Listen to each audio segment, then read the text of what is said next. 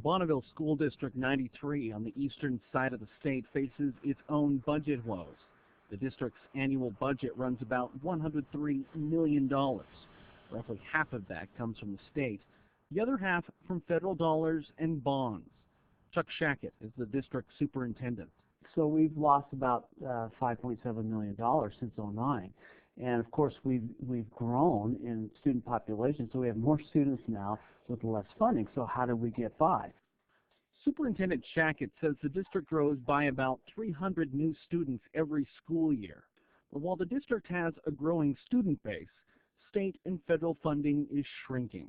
And of course, we cut budgets from textbooks to travel to many of the things that are just important to the students in the classroom. The district laid off 90 full-time employees. Almost 90% of the district's budget is tied up in salaries. The losses included many teachers, which means the district has to spread more students over fewer teachers. There were a lot of things that were fat that we could cut and still provide the same quality of education. But when it kept continuing, the cuts, it's really cut into the quality of education that we can provide.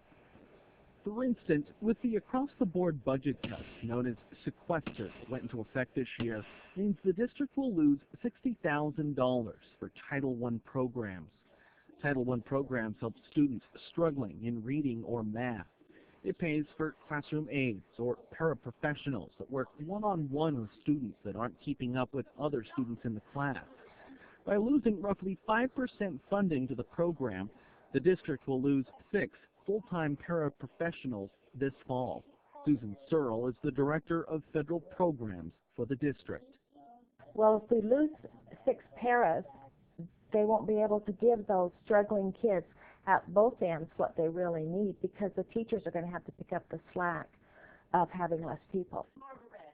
By both ends, Searle means the aides help struggling students with lower test scores, but the added benefit means they can also help students that need an extra challenge. Kim Case is a third-grade teacher at Falls Valley Elementary School.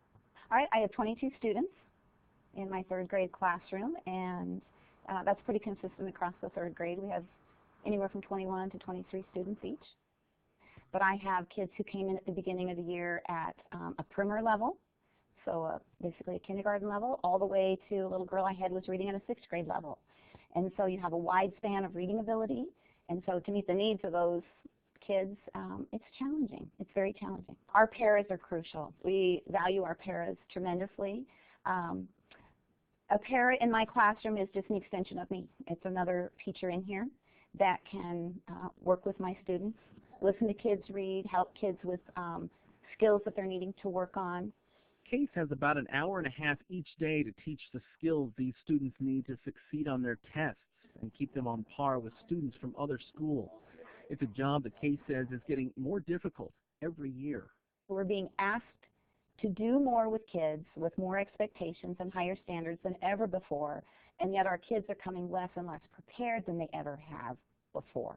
Case also says classroom sizes are constantly growing, not shrinking. The sequester is also affecting Title II funding, a program aimed at teacher retention and getting those teachers the training they need. You know, we're caring for our community's most valued possessions.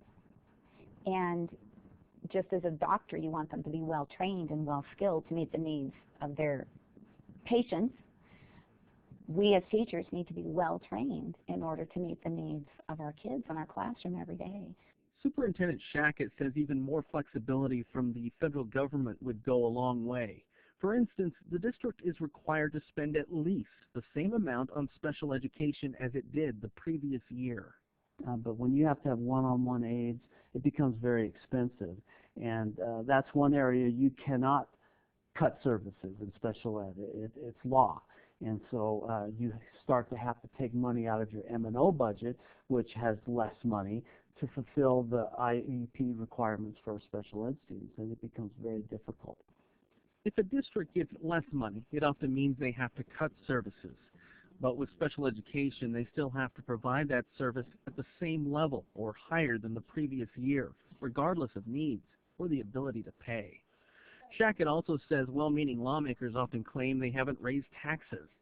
The Shackett says if lawmakers, both state and federal, don't provide enough money to operate the schools, the district has to ask the community for supplemental bond or levy dollars. Those funds help the districts with maintenance and operations and to build new schools and make necessary repairs to older buildings. The state level isn't increasing the taxes on the patrons of the state. The local level is. And so, you know, it's just, okay, maybe you're not doing it, but we have to in order to survive.